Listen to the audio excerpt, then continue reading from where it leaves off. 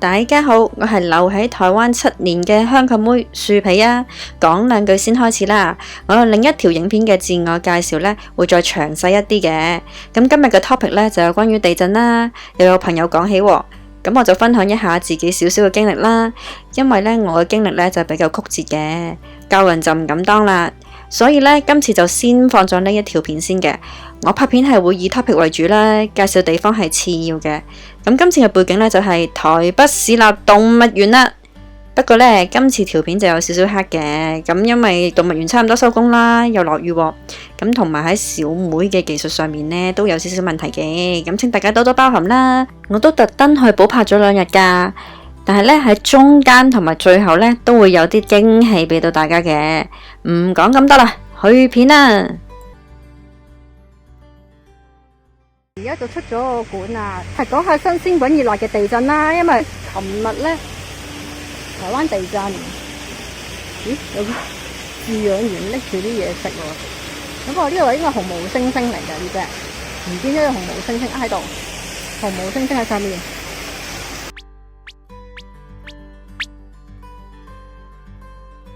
喺樹上面好細隻咁樣縮埋，其實隻嗰啲猩猩咧都係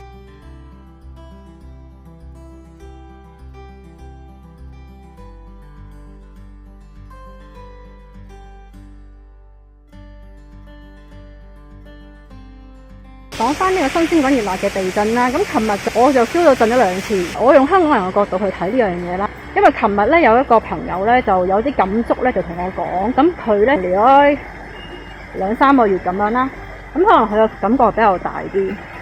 睇下呢個景先啦，咁啊睇下動物啦，睇下有冇動物，你哋睇下咯。咁可能佢嘅感覺比較大啲啦，咁佢覺得頭暈咁啦。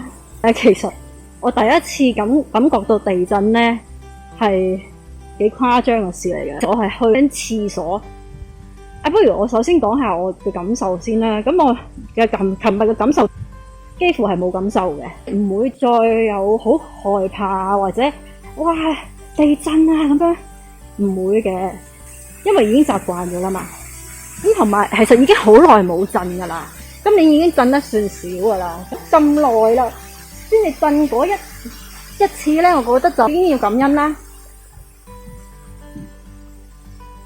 飼養員保育員，而家平時有隻猩猩喺度跳下跳下噶。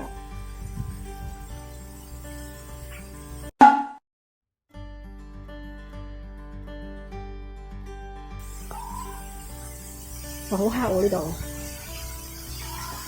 呢幾年嚟講咧，嗰個地震強度其實都唔係真係好強。都知道地震嗰個影響力，如果係勁嘅話，可以影響好大啦。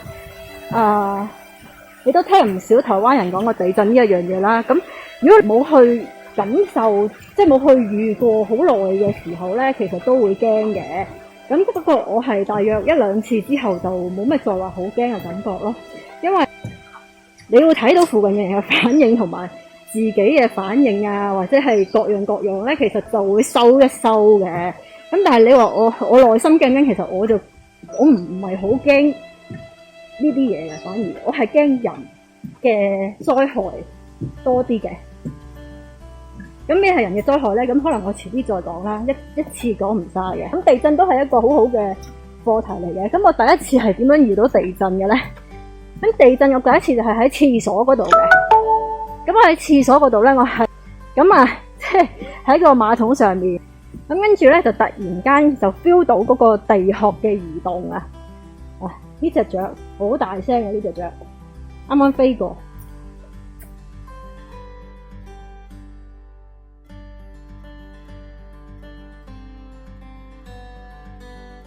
咁地殼嘅移動咧，咁佢嘅移動咧，首先就係佢哋所指嘅左右移動，因為我係平地嚟噶嘛。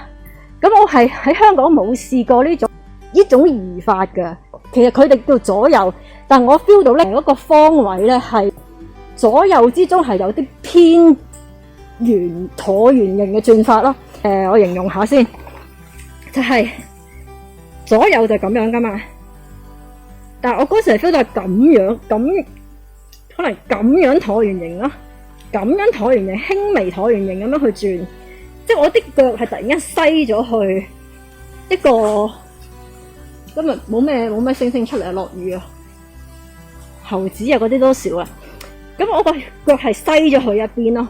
咁開頭我唔知啦，咁我諗緊啲咩感覺嚟咁怪嘅？係咪我暈啊？係咪我頭暈啊？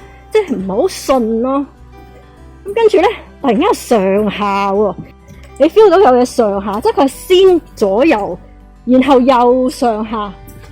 咁跟住咧，我都仲係茫然嘅，因為我係冇試過呢種感覺，諗緊係咩事。等一秒就想去問人，咁跟住咧就企翻起身啦，着翻啦，再諗一諗係咩感覺嚟噶？咁啊仲係唔知啦，咁可能係嗰個歷時大概都有幾秒鐘嘅混亂中嘅感覺，都係幾秒鐘。我下意識係覺得自己嘅問題嚟噶，即係我覺得係我頭暈啦，因為我係冇試過咁樣搖法。我有少少諗係咪冧屋啊？突然間冧屋啊！但係我又發現咦又唔係喎，間屋就仲喺度嘅喎，冇冧屋喎。再冷靜一下咧，就諗到地震啦。山姜啊，好遠啊，見唔見到山姜啊？我唔 zoom 啦，抹茶湖啊。咁呢個就係馬來蒙啦，馬來蒙6年前生 BB 我有嚟過啦，咁佢就細隻嗰陣時咧，嗰個色係唔同嘅。咁但係今日都見唔到佢哋啦，應該係匿埋咗啦。今日見到山羌啦，山姜啊，我哋叫姜，佢哋就叫撐，山撐，我哋叫山姜，係啦。我都幾中意山姜嘅。咁佢混合養啦。咁我講翻地震先，見到咁靚嘅綠茶海，即係講下嘢啦。你係匿埋咗嘅應該。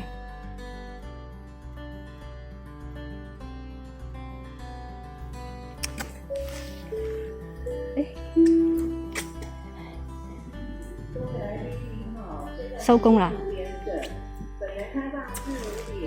迪時大約4-5秒之下咧，就開始知道啊，應該係地震，覺得已經冇事，咁就再睇一睇，等一等，都冇事啦。隔咗一陣，我都有問我台灣嗰啲朋友，係地震啊，又冇事啊。但係其實人哋係冇乜感覺嘅，因為嗰嘢其實對佢哋嚟講唔係真係咁勁。不過都歷時咗唔短啦，歷時咗大概又上下又左右咁，起碼至少4秒啦。尤其是我就喺廁所啊嘛，咁啊真係有啲黑仔啦，喺廁所或者沖涼啊，要匿埋啦。咁點匿埋呢啲咧，就都好多地方講噶啦，咁我就唔講啦。不過我覺得對我嚟講咧，多人去一齊去感受嘅嘢咧，就順應天意嘅，係我個人啦。咁梗係唔係好事啦呢件。即係唔好誤會我話呢件係好事啦，我而家喺叢林裏邊自己衡量啦。你係咪好驚呢樣嘢咧？我會講呢樣嘢係因為琴日咧，我見到有啲群組人就喺度講緊呢件事。咁啱啱嚟就梗係驚啲啦。咁你嗰個身處嘅位置咧，對佢感覺亦都係好唔一樣嘅。譬如你開車啊，或者你係喺平地啊上面嗰個感覺都唔一樣嘅。我琴日咧就有個朋友同我講啦，可能我表現得比較冷靜少少。咁佢就會覺得有啲奇怪啦。咁我都明，因為佢嚟咗2-3個月，佢話佢感到頭暈。咁我都明白。咁我就話耐咗就冇事噶啦。咁其實我都係因為我耐咗，所以先至會咁樣嘅啫。其實都好容易理解啦。咁啊唔係話咩叻唔叻嗰啲咯。即係你喺香港住好多年，你仲會唔會驚颱風啊？香港咁多颱風，有啲地方係冇颱風噶喎。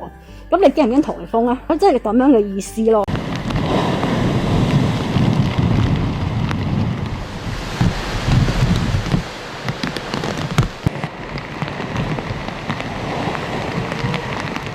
一浪高過一浪。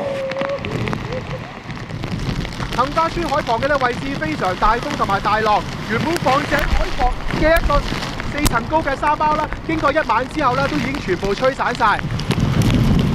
海邊嘅長凳都抵擋唔到。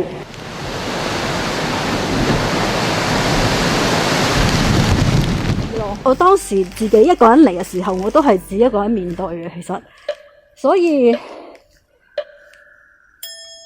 可能已經過咗咁大段時間咧，咁好難去翻啱啱嚟嘅時候嘅想法。呢個大笨象館，怕食物給拿走，很怕被它吃掉，真的。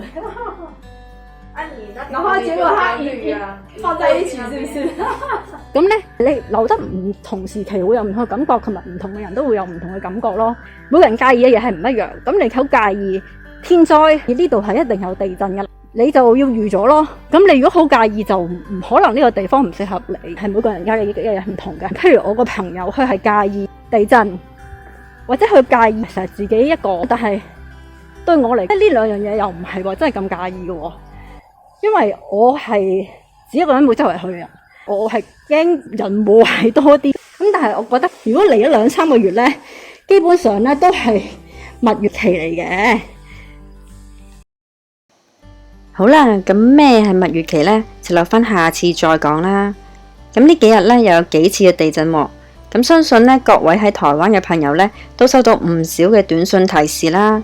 咁因為喺地震嘅時候咧，台灣嘅中央氣象局咧會發出地震嘅警報短信，而短信咧就會帶有震動嘅。咁內容咧就有關於地震嘅地點啦、強度啦、方向等等嘅資料嘅。咁我嗰晚凌晨嘅時候咧，都收到至少5個嘅短信啦。咁因為我有2部電話，咁2部電話咧就變咗係咁震咁樣啦。咁加埋咧就10幾個震動嘅提示嘅。咁相信咧有唔少人咧都曾經因為呢啲短信而被驚醒過啦。咁唔少人都話咧，有時反而係俾呢啲短信嚇親多過地震嘅。咁但係咧呢啲短信咧都係非常之需要存在嘅。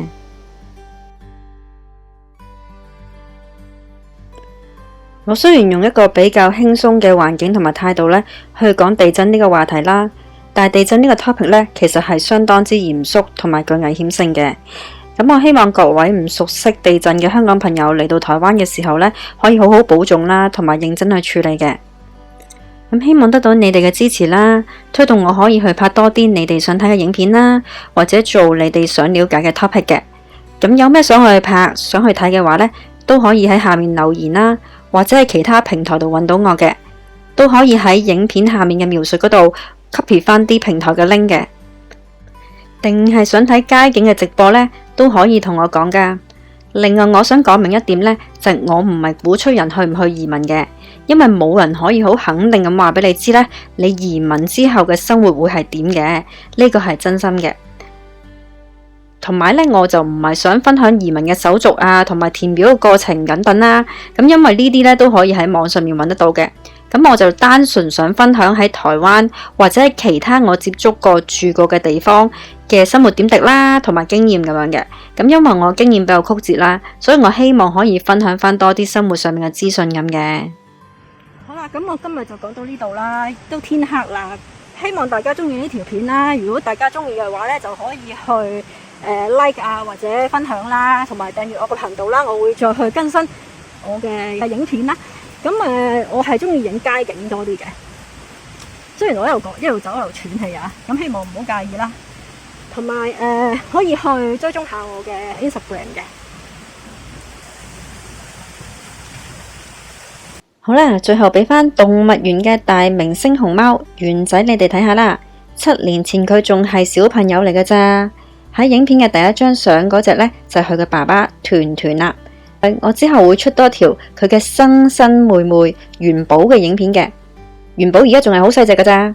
好啦，多謝大家收睇，拜拜。